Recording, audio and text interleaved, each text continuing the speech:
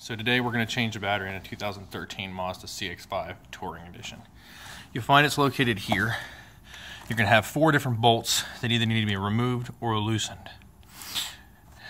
Your ground, your positive, and the 2 over the bracket.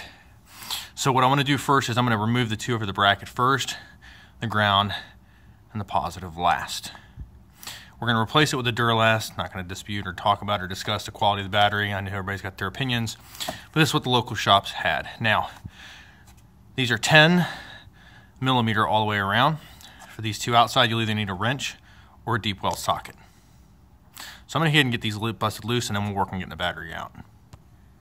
So on these 10 millimeters on the bracket here, once you've gotten them loose, you'll notice they actually just pull up and off, and I'll show you why in just a second here. So right now I've got them hand tight and they're loose. And you'll know when they're loose enough because they'll just kind of do their own thing here. So this is why they don't actually bolt in on the bottom. They're not mounted. They're these hooks that'll rotate around in place. And then as they're tightened up here, it pulls that hook in on the lip down at below and tightens it on the handle. Okay. Now I've already gotten the 10 millimeter loosened on the negative, the ground there. So I'm going to pull it off. As you can see, it's already loose. I'm just going to lift it off, wiggle it back and forth, it's off. I'm going to set it off to the side here, kind of get it out of my way. And the last thing I'm going to do is pull this cover back, loosen this 10 millimeter here, and pull it off. Alright, so as you can see, I've got the positive off now as well. I'm just going to pull it back and out of the way over here, kind of tuck it in there. That actually works pretty well. And now the battery's just in this box here, and it's just a matter now of wrestling it out. Now, I will tell you, be cautious when removing this because of the weight. Okay, there's no handle on this factory one, so it's not really easy to get my hands around, but I'm going to get it out. Got some kind of a foam sleeve here. I'm sure that's not going to stay in place once I go to pull it, but you don't want to hurt yourself as you're trying to lift this battery out either, so be careful with this. Alright, so there it is. The battery is out. As you can see, that was the foam sleeve that was around it, and now we're left with this big gigantic gaping hole here. Now, as you can see, let me show you this now that we get a little bit better visual here.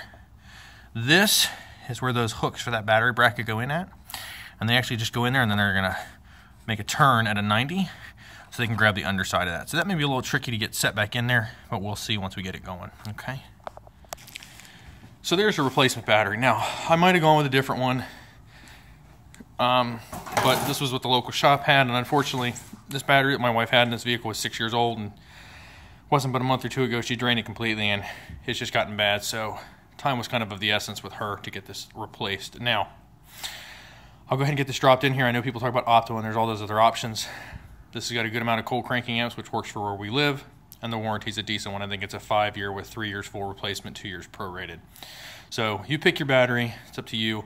Do the research, find the one that you think is going to work best for you in your driving situation, your conditions you're in. Okay, so it's set in now. I took it in at an angle and then set it in just because you've got the firewall back here in the way, so use the handle to your advantage. Now, what I will say is when you get ready to put this stuff back in here, I suspect our best bet is going to be to wiggle this thing underneath the handle here first.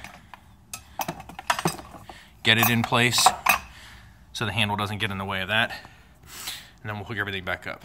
So I'm going to get that hooked back in. We'll see how much difficulty I have, and I'll offer any tips or tricks once it's done. Okay, so I've got the hook loosened all the way out here, and from what I can tell, we're going to put it here.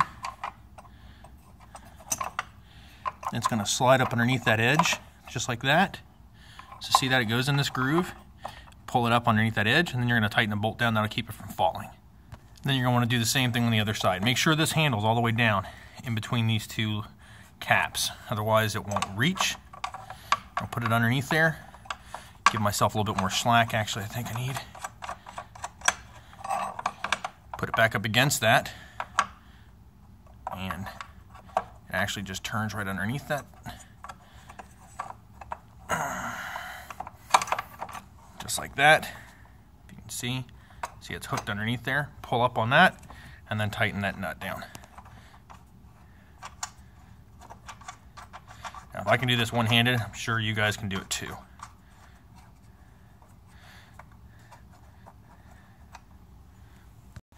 Tighten it back down, and again, I'm just using a a ratcheting wrench. It's 10 millimeter to tighten this in, because I'm not in my own garage right now.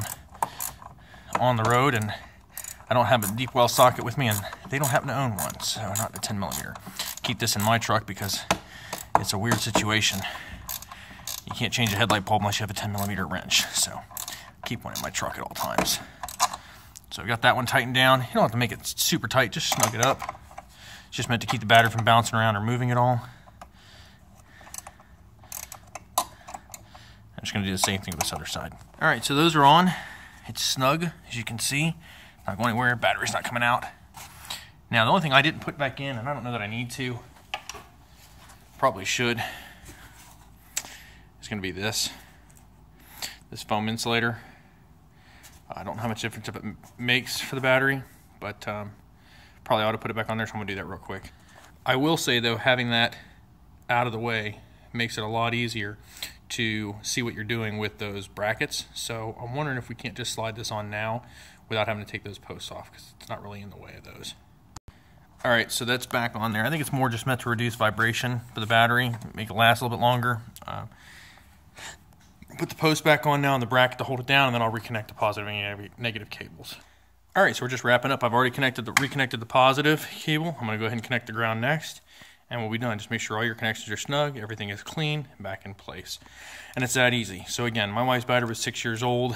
Batteries on average, depending on where you live, tend to last, for us, about 5.5 years. So this one was due. It was time. It's been a good car, but don't get stuck out in the cold, freezing weather like we've got going on here in the Midwest right now with a battery that's not ready for it. So, got any questions? Put them in the comments.